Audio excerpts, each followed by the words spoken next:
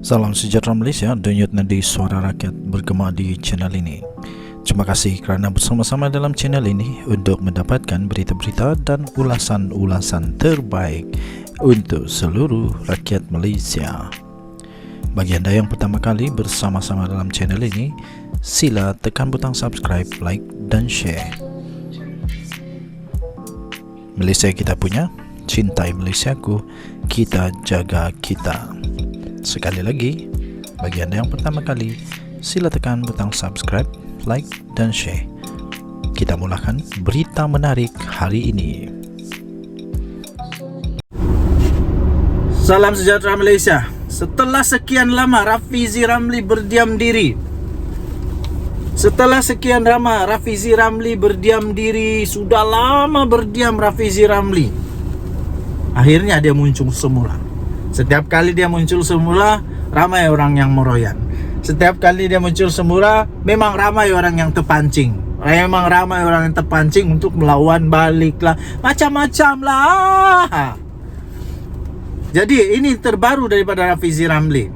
PKR kurang menyengat, ini sebabnya, terang Rafizi. Rafizi akhirnya memberikan sebab kenapa kalau PKR kurang menyengat. Betulkah PKR kurang menyengat? Atau ini hanya permainan berhampiran dengan pilihan raya kecil Kuala Kubu baru? PKR ini kurang menyengat kini.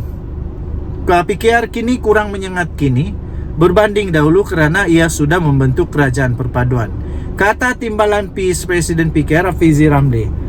Inilah jawapan yang paling mudah, kanak-kanak pun boleh tahu. Jadi orang-orang politik yang sudah tua dalam politik, tak payahlah nak tanya lagi. Memang setelah membentuk kerajaan perpaduan, mau tidak mau konsekuens dia, mau tidak mau konsekuens akibat dia memang kurang menyengat lah. Sebab sudah berjaya membentuk kerajaan. Dulu waktu pembangkang memanglah, sebab orang selalu nampak mau tengok dia orang membangkang dan sebagainya. Sekarang orang bukan membangkang.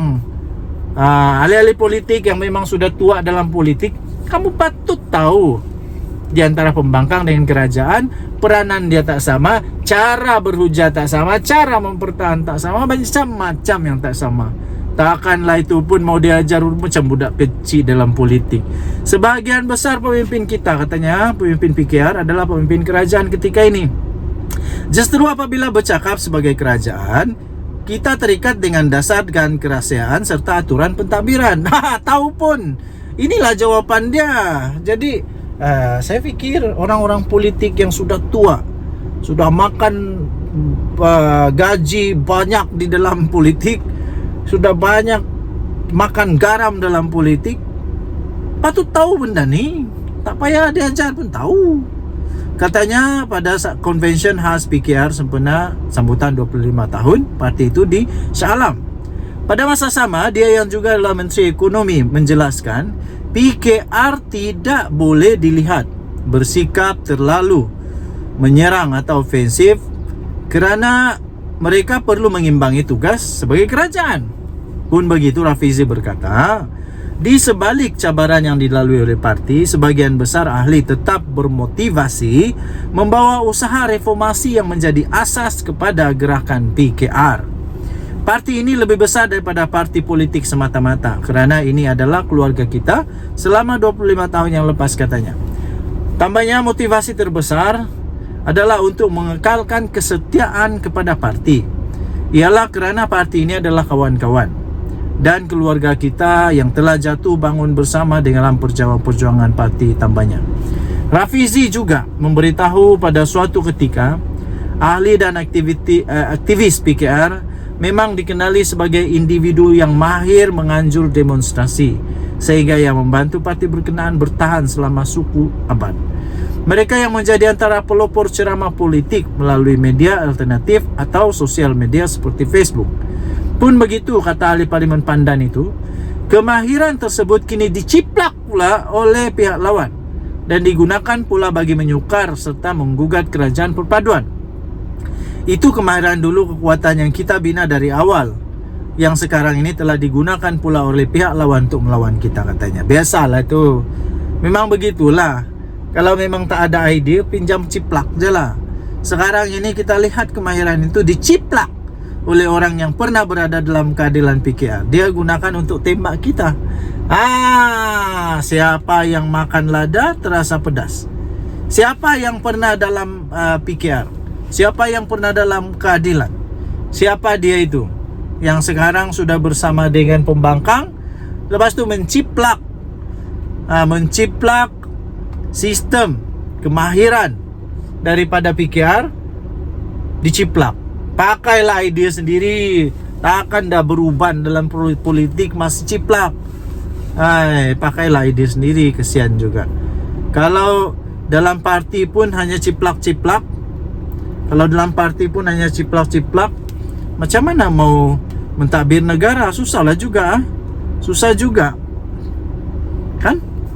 Denyut Nadi Suara Rakyat bergema di channel ini. Bye bye. Salam sejahtera tuan-tuan dan puan yang dihormati sekalian. Selamat berujung minggu, selamat hari Minggu.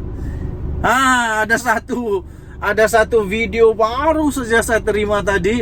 Video ini cukup lucu dan saya pikir ini akan menentukan siapa Anda. Kalau Anda rasa marah, Anda di kalangan mereka. Kalau Anda rasa tak marah, maksudnya Anda tak buat benda ni dan Anda bukan di kalangan mereka. Mari kita sama-sama lihat di mana kita tergolong.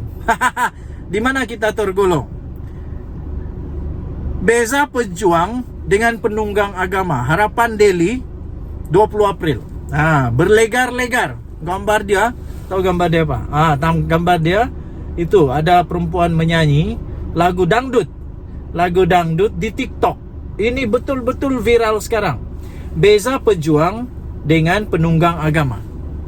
Sebelum saya baca, Anda boleh juga komen apa beza pejuang dan penunggang agama. Saya bacakan. Berlegar-legar dihantar lagu terbaru troll ke atas penunggang agama. Saya terima dari pelbagai pihak, terutamanya penyokong kerajaan. Klip pendek nyanyian seorang gadis cantik, belakangnya ada perempuan lain yang turut bergelek. Bergelek habislah. Tapi apa yang menarik bukan perempuannya, bukan perempuan di depan, bukan perempuan di belakang, bukan gelekannya, bukan rambutnya, bukan seksinya, bukan. Yang saya tertarik adalah liriknya. Liriknya cukup mudah, tapi bikin orang berfikir. Siapa terasa pedas, dia yang makan lada. Siapa makan lada, dia terasa pedas. Kalau dia marah, dia alah tu. Kalau dia tak marah, dia tak buatlah. Senang saja. Jadi liriknya cukup mudah, tapi bikin orang berfikir. Saya setuju yang ini ya. Setiap hari keluar cerita. Aurat jaga. Tapi kau sendiri mata buaya. Pantang lihat wanita muda. Wow, lirik dia luar biasa, geng. Setiap hari keluar cerita aurat jaga. Tapi kau sendiri mata buaya, pantang lihat wanita muda. Woi, mungkin begitulah. Kalau dikasih jadi rap sikit lah kan, begitulah mungkin. Itulah lirik dia. Terus apa lagi? Acap kali sebelum ini kita lihat mereka yang terpaling beragama mengecam orang tidak bertudung dan sebagainya. Tiba-tiba pula orang yang mengecam ini tiba-tiba pula terkantoi pula mengikuti porno dan filem lucah. Jadi follower perempuan seksi. Terbaru yang ini saya bacakan saja. Anda boleh baca di Harapan Daily. Terbaru pemuda PAS yang tidak mahu berdoa untuk Agong kantoi. Ikuti akaun Lucha OnlyFans yang sesetengah liberal tidak lakukan. Lepas tu ini lirik dia. Seterusnya lirik dia, dengar ya. Tiada yang berani membantah. Takut kau keluar fatwa. Kena hukum masuk neraka. Kau seorang masuk surga. Orang lain tunggang kuda. Kau pilih tunggang agama. Orang kerja macam gila. Kau jadi kaya raya. Wow, dia punya lirik padu. Tiada yang berani membantah. Takut kau keluar fatwa. Kena hukum masuk neraka. Kau seorang masuk surga. Orang lain tunggang kuda, kau pilih tunggang agama. Orang kerja macam gila, kau jadi kaya raya. Wah, itu lirik dia lah. Ini pemerhatian sosial yang melekat terus ke otak. bila penunggang agama menghentam orang lain moden, liberal dan sekular. Hanya pentingkan duniawi sahaja. Mereka pula dengan bangga katakan mereka hanya makan ikan kelah. Ikan lain mereka loya. Woyo, ikan kelah. Ikan lain mereka loya. Apabila negeri antara yang paling miskin di Malaysia, mereka perlu beli Mercedes paling mahal. Bukan 1, 2 buah, tapi berbelas-belas pula. Jadi menteri tak sampai setahun, kantoi pula menikah online ketika PKP. Tengokkan ulama politik kita. Adakah mereka bersederhana seperti Tuan Guru Nik Aziz? Saya hormati Tuan Guru Nik Aziz ini. One of those yang saya betul-betul hormat dengan perjuangan dia yang bagus. Ini betul perjuangan. Harga nombor plat kereta saja boleh tanggung berapa keluarga miskin sekian lama. Isu penunggang agama ini bukan terpakai di Malaysia. Dalam sejarah menunjukkan penunggang ini ada dalam berbagai agama sebenarnya. Bukan Islam saja, bukan Kristian saja. Semua agama ada penunggang-penunggang. Sifat mereka sama. Tunjukkan mereka terpaling beragama tapi banyaknya melalut mengejar harta dunia sama ada duit, pangkat atau wanita. Lagu dangdut itu mungkin nampak remeh dan bengong pada setengah orang. Tapi liriknya kalau dihadam bijak sebenarnya. Ada beza pejuang agama dan penunggang agama. Kalau anda marah dengan lagu tersebut, anda boleh tahu anda di kategori yang mana? Betul. Kalau anda marah dengan lirik lagu itu, anda dah boleh tahu anda di kategori mana. Denyut Nadi Suara Rakyat bergema di channel ini. Jangan lupa untuk tekan butang subscribe, like dan share. Malaysia kita punya, cintai Malaysiaku, kita jaga kita. Kita jumpa lagi, bye-bye. Salam sejahtera Malaysia, Denyut Nadi Suara Rakyat terus bergema di channel ini. Okey, tuan-tuan dan puan-puan yang dihormati sekalian, persoalan sama ada benar Najib Razak mendapat tintah adendum daripada Agong masih menjadi tanda tanya. Tapi akhirnya ada satu pembayang terbaru, ada satu berita terbaru tentang perkara ini. Sebelum itu ada juga peguam-peguam, pengamal-pengamal perundangan di Malaysia yang juga berdebat sesama sendiri, membuat persoalan sama ada perlu ataupun boleh secara undang-undang ataupun tidak. Tetapi pada pendapat anda secara pribadi saja nak tanya ni.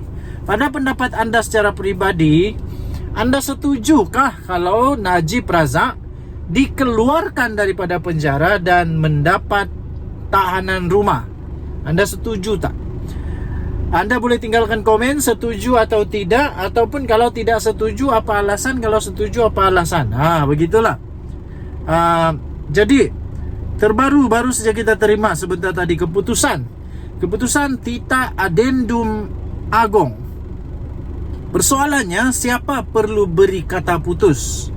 Keputusan berhubung titah adendum yang di Pertuan Agong ke-16 berkaitan tahanan di rumah kepada Datuk Seri Najib Tun Razak, bekas Perdana Menteri yang sudah pun menjadi sekarang ini menjadi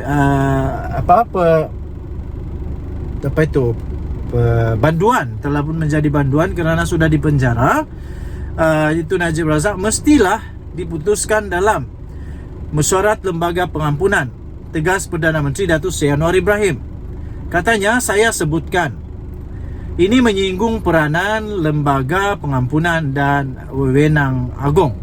Itu jawapan bagi saya mengikut perbincangan dengan peguam negara dan maklumat dari Sultan dan Agong itu sebaiknya. Kita tak cuba untuk meringankan apa-apa keputusan yang dibuat oleh hakim, kata beliau.